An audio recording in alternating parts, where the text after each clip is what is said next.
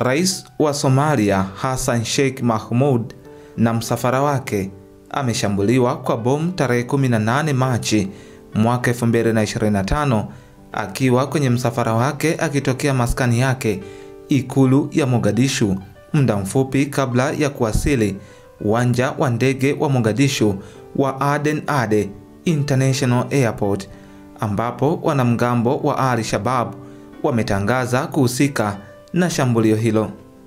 Aidha, maafisa waliokuwa kwenye msafara huo wameripotiwa kujeruhiwa. Shambulio hilo limetokea wakati nchi ya Somalia inaendelea kupambana na kundi hilo lenye uhusiano na Al-Qaeda ambalo limekuwa likifanya mashambulizi dhidi ya serikali na raia. Kwa mujibu wa taarifa za usalama, zinaeleza kuwa bomu hilo lililipuka katikati ya barabara inayounganisha Mogadishu na Aden Yabal, jimbo la Isabel, ambako Rais Hassan Sheikh Mohamud alikuwa anaelekea kwa ajili ya kuunga mkono mapambano dhidi ya magaidi.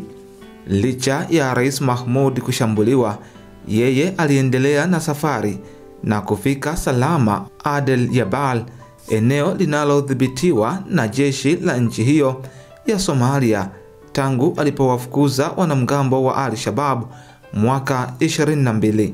Mshauri wa Rais wa Somalia Zakaria Hussein amethibitisha kupitia mtandao wa X kwamba kiongozi huyo hakuwa amejeruhiwa katika mkasa huo. Wakati huo, ubalozi wa Uingereza nchini Somalia pia umelaani shambulio hilo, ukilitaja kama shambulio la kuhujumu juhudi za kuleta utulivu na amani nchini humo. Ingawa mpaka sasa hakuna idadi rasmi ya watu waliofariki, shirika la habari la Reuters la Marekani limeripoti kuwa watu 4 wamepoteza maisha katika shambulizi hilo.